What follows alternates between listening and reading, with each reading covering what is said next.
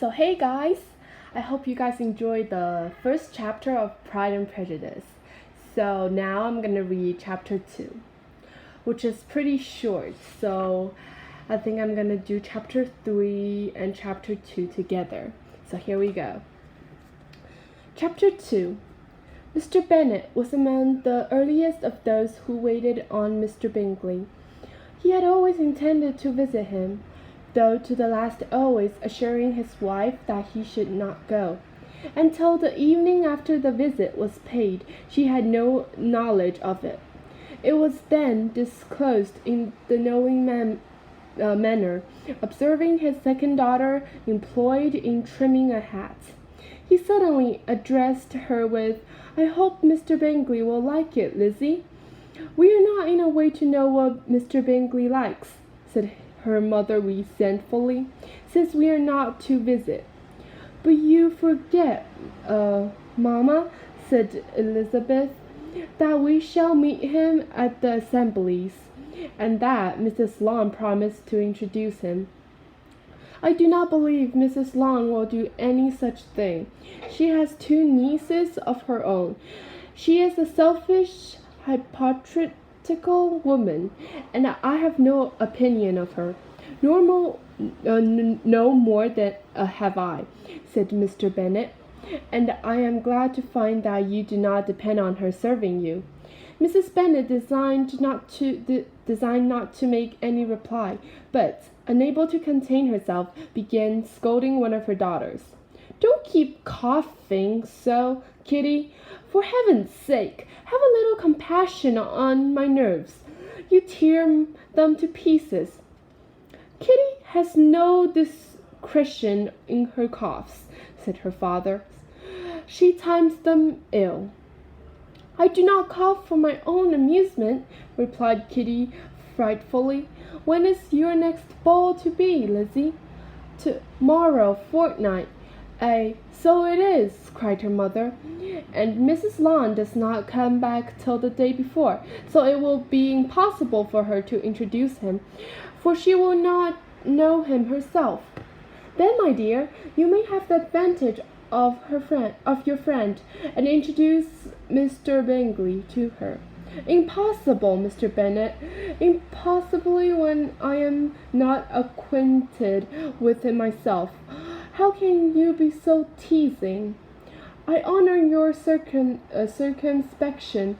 A fortnight's acquaintance is certainly very little. One cannot know what a man really is by the end of a fortnight. But if we do not venture, somebody else will. And after all, Mrs. Long and her daughters must stand their chance, and therefore, as long as she will think it an act of kindness, if you decline the office, I will take it on myself." The girls stared at their father. Mrs. Bennet said only, "Nonsense, nonsense!" "What can be the meaning of that emphatic exclamation?" cried he. "Do you consider the forms of introduction and the stress that is laid on them as nonsense? I cannot quite agree with you there. What say you, Mary? For you are a young lady of deep reflection, I know, and read great books and make extracts." Mary wished to say something sensible, but knew not how. While Mary is adjusting her ideas, he continued, "Let us return to Mr. Bingley." "I'm sick of Mr. Bingley," cried his wife. "I'm sorry to hear that. But why did you not tell me that before? If I had known as much this morning, I certainly would not have called on him. It is very unlucky, but as I have actually paid the visit, we cannot escape the acquaintance now." The astonishment of the ladies was just as he wished, and of Mrs. Bennet perhaps surpassing the rest, though when the first tumult of joy was over, she began to declare that it was what she had expected all the while. "How good it was in you, my dear Mr. Bennet! But I knew I should persuade you at last. I was sure you loved your girls too well to neglect such an acquaintance. Well, how pleased I am, and it is such a good joke, too, that you should have gone this morning and never said a word about it till now." "Now, Kitty, you may cough as much as you choose," said Mr. Bennet, and as he spoke, he left the room, fidgeted with the raptures of his wife. "What an excellent father you have, girls," said she, when the door was shut. "I do not know how you will ever make him amends for his kindness, or me, either, for that matter. At our time of life it is not so pleasant, I can tell you, to be making new acquaintances every day, but for your sakes we would do anything. Lydia, my dear, though you are the youngest, I dare say Mr. Bingley will dance with you at the next ball." "Oh," said Lydia, stoutly, "I'm not afraid, for though I'm the youngest, I'm the tallest." The rest of the evening was spent in conjecturing how soon he would return Mr. Bennet's visit, and determining when they should ask him to dinner. Okay, that's the end of chapter 2, so let's move on to chapter 3.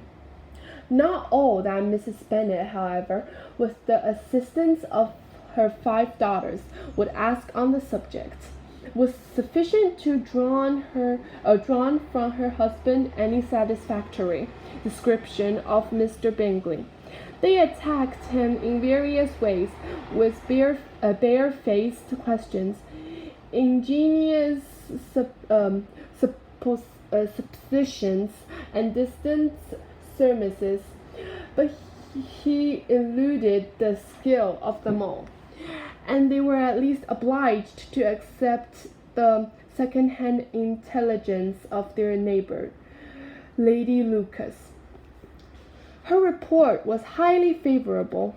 Sir William had been delighted with him. He was quite young, wonderfully handsome, extremely agreeable, but to crown the whole, he meant to be at the next assembly with a large party. Nothing could be more delightful. To be fond of dancing was a certain step towards falling in love, and very lively hopes of Mr. Bingley's heart were entertained. "If I can but see one of my daughters happily settled at Netherfield," said Mrs. Bennet to her husband, "and all the others equally well married, I shall have nothing to wish for." In a few days Mr. Bingley returned Mr. Bennet's visits, and sat about 10 minutes with him in his library. He had entertained hopes of being admitted to a sight of the young ladies, of whose beauty he had heard much, but he saw only the father. The ladies were somewhat more fortunate, for they had the advantage of ascertaining from an upper window that he wore a blue coat and rode a black horse. An invitation to dinner was soon afterwards dispatched, and already had Mrs. Bennet planned the courses that were to do credit to her housekeeping. When an answer arrived which deferred it all, Mr. Bingley was obliged to be in town the following day, and consequently unable to accept the honour of their invitation, etc. Mrs. Bennet was quite disconcerted. She could not imagine what business he could have in town so soon after his arrival in Hertfordshire, and she began to fear that he might be always flying about from one place to another, and never settle at Netherfield as he ought to be. Lady Lucas quieted her fears a little by starting the idea of his being gone to London only to get a large party for the ball, and a report soon followed that Mr. Bingley was to bring 12 ladies and 7 gentlemen with him to the assembly. The girls grieved over such a number of ladies, but were comforted the day before the ball by hearing, and instead of 12 he brought only 6 with him from London. His 5 sisters and a cousin, and his 5 sisters and a cousin, and when the party entered the assembly room, it consisted of only 5 altogether: Mr. Bingley, his 2 sisters, and the husband of the eldest, and another young man. Mr. Bingley was good-looking and gentlemanlike. He had a pleasant countenance and easy, unaffected manners. His sister was a fine woman, with an air of decided fashion. His brother-in-law, Mr. Hurst, merely looked the gentleman, but his friend, Mr. Darcy, soon drew the attention of the room by his fine tall person, handsome features, noble mien, and the report which was in general circulation within 5 minutes after his entrance of his having 10,000 a year. The gentlemen pronounced him to be a fine figure of a man. The ladies declared he was much handsomer than Mr. Bingley, and he was looked at with great admiration for about half the evening, till his manners gave a disgust which turned the tide of his popularity.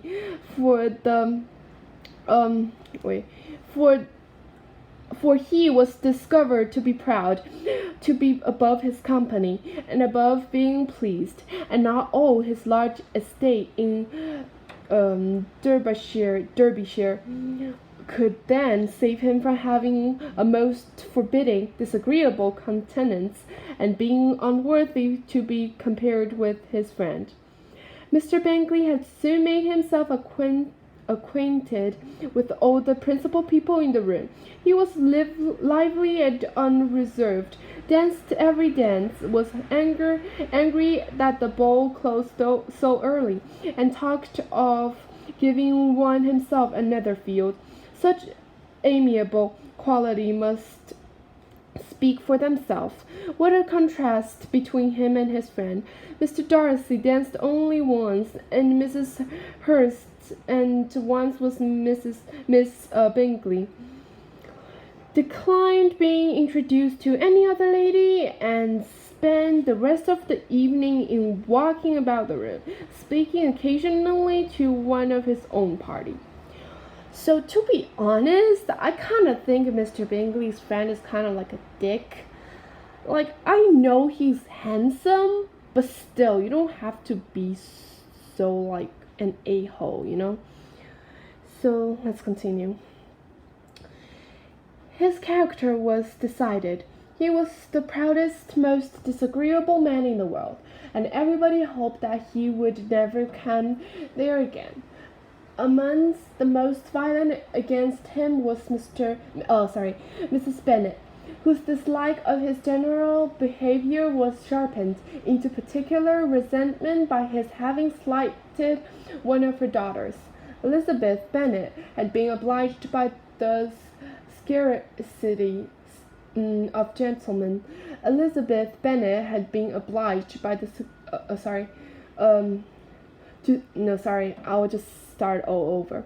Elizabeth Bennet had been obliged by the scarcity of gentlemen to sit down for 2 dances, and during part of that time, Mr. Darcy had been standing near enough for her to hear a conversation between him and Mr. Bingley, who came from the dance for a few minutes to press his friend to join it.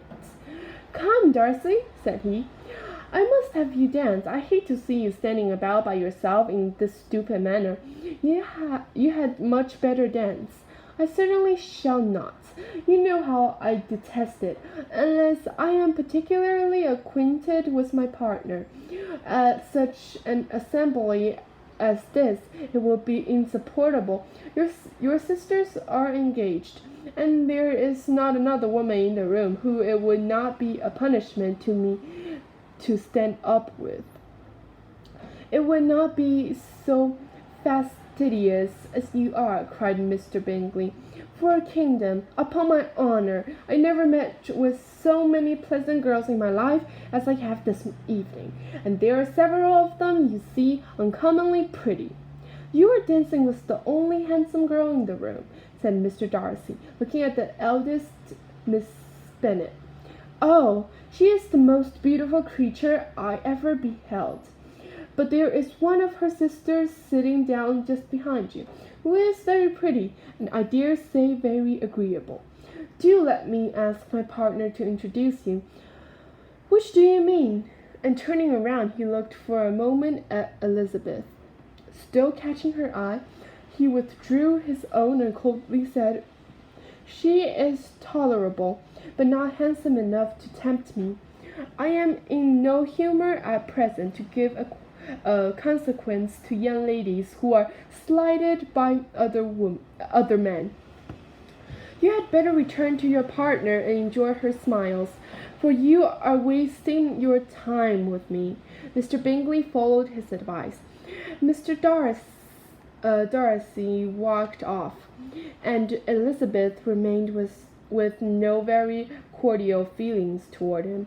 She told the story, however, with great spirit among her friends, for she had a lively, playful disposition, which delighted in anything ridiculous. The evening altogether passed off pleasantly to the whole family. Mrs. Bennet had seen her eldest daughter much admired by the Netherfield party. Mr. Bingley had danced with her twice, and she had been distinguished by his sisters. Jane was as much gratified by this as her mother could be, though in a quieter way. Elizabeth felt Jane's pleasure. Mary had heard herself mentioned to Miss Bingley as the most accomplished girl in the neighborhood, and Catherine and Lydia had been fortunately enough never to be without partners, which was all that they had yet learned to care for at a ball. They returned, therefore, in good spirits to Longbourn, the village where they lived, and of which they were the principal inhabitants. They found Mr. Bennet still up. With a book he was regardless of time, and on the present occasion he had a good deal of curiosity as to the evening of an evening which had raised such splendid expectations. He had rather hoped that his wife's views on the stranger would be disappointed, but he soon found out that he had a different story to hear. "Oh, my dear Mr. Bennet," said she, as she entered the room, "we have had a most delightful evening, a most excellent ball. I wish you had been there. Jane was so admired. Nothing could be like it. Everybody said how well she looked, and Mr. Bingley thought her quite beautiful, and danced with her twice." "Only think of that, my dear! He actually danced with her twice, and she was the only creature in the room that he asked a second time. First of all, he asked Miss Lucas. I was so vexed to see him stand up with her. But however, he did not admire her at all. Indeed, somebody can, you know, and he seemed quite struck with Jane as she was going down the dance. So he inquired who she was and got introduced, and asked her for the two next. Then the 2/3 he danced with Miss King, and the 2/4 with Maria Lucas, and the 2/5 with Jane again, and the 2/6 with Lizzie and the Bollinger.